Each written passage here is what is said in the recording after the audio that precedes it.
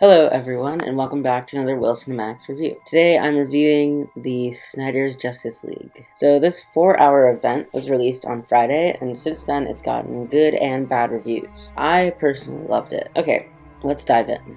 But before we do, don't forget to hit that like and subscribe button. Also, quick spoiler warning because this movie is fairly new. Anyways, the movie starts off with a scream. This scream awakens all these things called mother boxes. The main premise of this movie is that this guy, Steppenwolf, is trying to collect all these boxes to destroy the world. So after the scream, we see Batman attempting to find all the different heroes for this new team he's trying to form. Then we get a short, semi-pointless Lois scene. And then we get a cool, longer version of the Wonderwoman fight scene from the lead-in cut. I have to say the Wonderwoman theme is awesome. Then we see Steppenwolf arrive at the Mascara.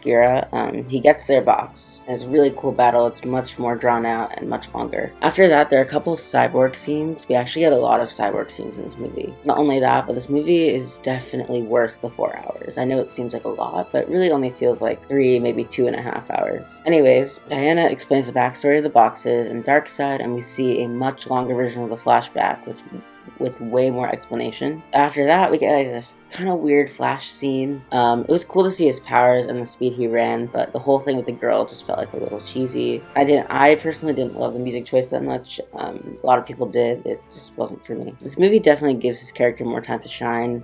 He still holds a lot of comedy, but it's balanced with more serious scenes and better development. After that, Diana gets Vic to join the team, and Batman gets Flash to join. Then we see Steppenwolf's arrival at Atlantis, and he quickly gets theirs. Also, I have to say this movie doesn't really fit the R rating. Other than Steppenwolf's decapitation near the end, and then some Atlanteans get killed pretty brutally. But most of the gore is pretty light, so I was surprised it even had an R rating. Then the now newly formed Justice League arrives at Steppenwolf's lair in some abandoned nuclear town or something. There, Steppenwolf is communicating with his comrades on Apocalypse and keeping the boxes in some sort of metal device. The Justice League fight him and save the different captives he's taken. Afterwards, they come up with a plan to resurrect Superman using the box. Also, I just gotta say it, but Steppenwolf's design really improved in this movie. It's still a boring gray, but it has much more detail. Then we get a Lois scene again. This one at least has more to it because Martian Manhunter is involved, making his first DCEU appearance. Well, not his first, because apparently he was in Man of Steel, which I just found out. After all this, the League decides to combine the power of the box and Flash's super speed to bring Superman back to life. Before they do, Cyborg, just like Batman in Batman v Superman, gets a vision of an apocalyptic future, where Darkseid takes over the Earth, Superman is evil, and all of them are dead. Once they resurrect him, Superman goes crazy and fights all of them, and then ends up leaving with Lois Lane. Lois Lane calms him down, and they leave. By the way, as I'm running through the plot, I've been skipping over some smaller scenes just because I feel like they're unnecessary to my discussion of the movie. So if you notice that, this movie's so long, so I really just had to skip over stuff. But that should show you how much character building they're doing for this movie. The fact that I have to skip over scenes.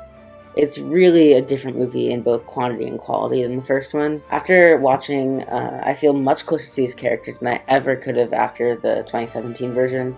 They feel more like a team, and Wonder Woman part was just greatly improved. I was reading an article on this. I guess Whedon has a past of female characters not really being his strong suit. They're usually pushed to the side or over-sexualized, and a lot of questionable things. And I remember in the first one, Diana's lines felt really off, and there was a weird dynamic with her and Batman. They were almost flirting, and they both seemed uncomfortable with it. And on top of that, Wonder Woman had a lot of just these upskirt shots and other sexual shots that I thought weren't necessarily necessary. It just hit me that they were there because I didn't really notice them the first time. But after reading this article, I really noticed the difference, and this one greatly improves on her role, and she's just a much better character in this. So back to the plot. I get a much longer, even more drawn out Lois, Martha Clark scene, which leads to Clark joining the Justice League again. I have to say scenes like this really honestly suck. I'm sorry to say it. I'm usually not this harsh, but for the main reason that Lois, along with Clark, they're just both I feel badly written characters in the DCEU, but just the scenes in this movie and other movies I've seen the two characters in, it's just really rough. Nothing against Snyder or the people who helped create scenes like this, but damn, do they drag on. I just feel the main problem is that Lois is never utilized properly. Lois is supposed to be this headstrong, independent forward-thinking woman that Clark falls in love with. This movie takes us back like 50 years of gender equality and makes her like the damsel in distress. But she's not necessarily in distress this time, but she is just this like object for Superman's love to like project on, and she really just has like no substance. Now, she's not the only offender. Clark himself and like Superman, that whole like double character, is also just kind of badly written. Clark doesn't fall into any like stereotypes per se, but he is as blank as a sheet of paper. His character also has just like zero substance, and I know nothing about his motives or like desires or needs, like just nothing. But honestly, the Superman from CW Supergirl is written better, and he's also boring as hell. But I know him as a person, like there's more. We don't even see him on the show that often. We see him like 4 times. Anyways, back to the plot. So when Superman returns, he wears all black, which is very new and different, and I really like that. He helps the team with their plan to take down Steppenwolf and to separate the 3 boxes. This fight scene is way better than the last.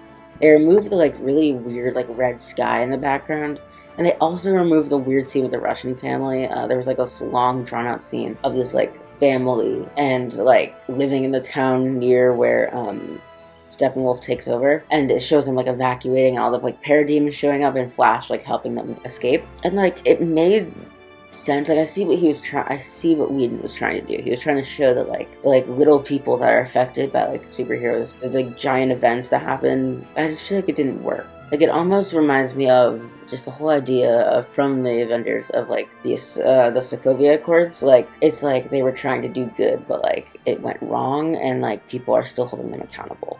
The fighting is just like visually more appealing, and this time you get a better balance of characters fighting. Wonder Woman had some of the coolest fight scenes I've ever seen in the DCEU so far. Like they were just awesome fight scenes. She's definitely honestly their best character. They know they're making money from her, that's why they give her so many movies. But yeah, she was pretty awesome here. As they're enacting their plan, everything goes a little crazy and Steppenwolf like blows up the earth. Now Flash like phases through the explosion and then brings everyone back, which is probably the coolest scene of the movie. I have to say the Flash scenes that we gained were just, as much as I don't like the Iris scene that much, like there's a part of it where he's like running to like save her, and instead of like using the door, he pushes through the glass, but like he pushes his finger and the glass like warps and then it shatters, which honestly was so cool. And then the scene ends and you hear the glass fall and stuff, because like that's how fast he was going. Finally, Cyborg separates the 3 boxes and they like save the day. I also forgot to mention this, but Cyborg's dad dies. There's a whole like Cyborg arc throughout this movie, which is much stronger than the old one. In the old one, we didn't really get much backstory, and he just felt like a like depressed college student, depressed teen who was like, I don't want to be a cyborg. But this one really, the additional scenes really showed us who he was as a person, along with some of the other superheroes. Like these additional scenes really made a difference. But I also see like what Whedon must be going through, because he couldn't like air and like figure out how to like make a theatrical cut of 4 hours, which is pretty hard to cut it down to like 2. So, like, I feel like he did his best, but I personally just love the Snyder Cut so much more. Getting back to the plot, they, like, all return to their respective homes to set up for all their future movies. And as if this movie couldn't get any better, we get an epilogue. In this epilogue, we see, like, 3, maybe 4 different scenes. Lex Luthor, like, Deathstroke, set up an apocalyptic, like, future flash forward where everyone is dead. By the way, after this scene, Jared Leto's Joker has definitely grown on me.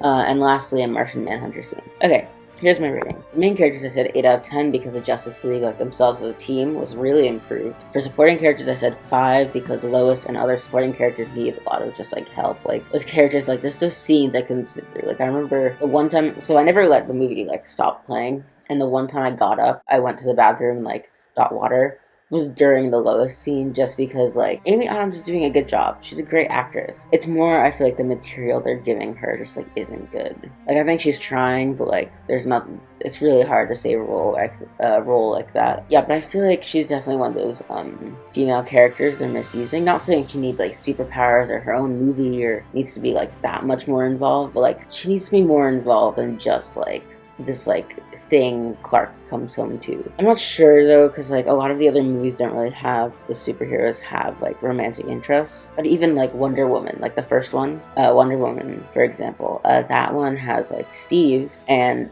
Steve is honestly a greatly written character, and we see how their like romance evolves. But not only that, but like he's not just like something like Diana like fawns over. Like they have like a real like connection. And fighting, I said 10 out of 10.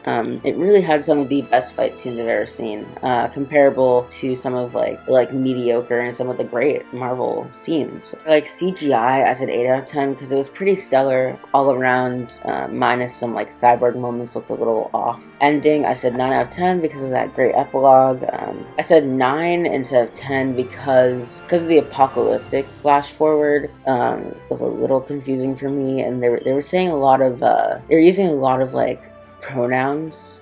It was like literally like they had like problems with like pronoun reference because they kept saying like she and he and not referencing who they were talking about. And I get that was like part of the point to like show mystery as to like who died and who didn't and like what's going on in this future.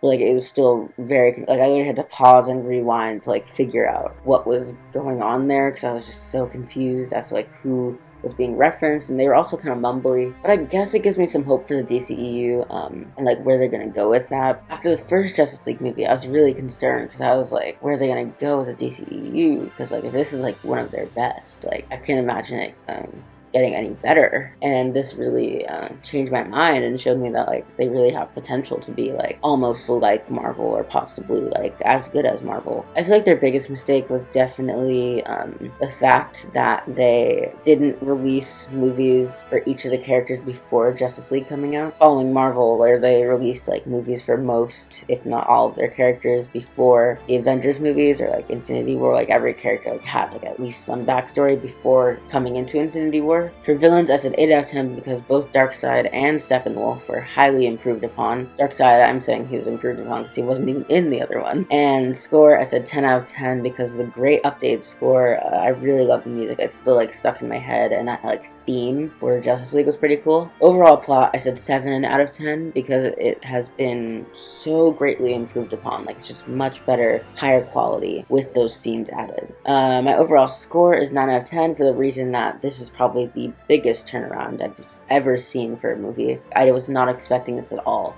I knew it was 4 hours. I had heard like little talk about it, but I had no idea what it was. I just heard it was like Snyder's cut, and I didn't really know what that meant or what that entailed. I did some research before watching it, and I was like, oh, okay, Snyder's one of the directors, and it's like, this is his cut of the movie. And I was like interested. I was like, I wonder where they're gonna go with this. That's it for today.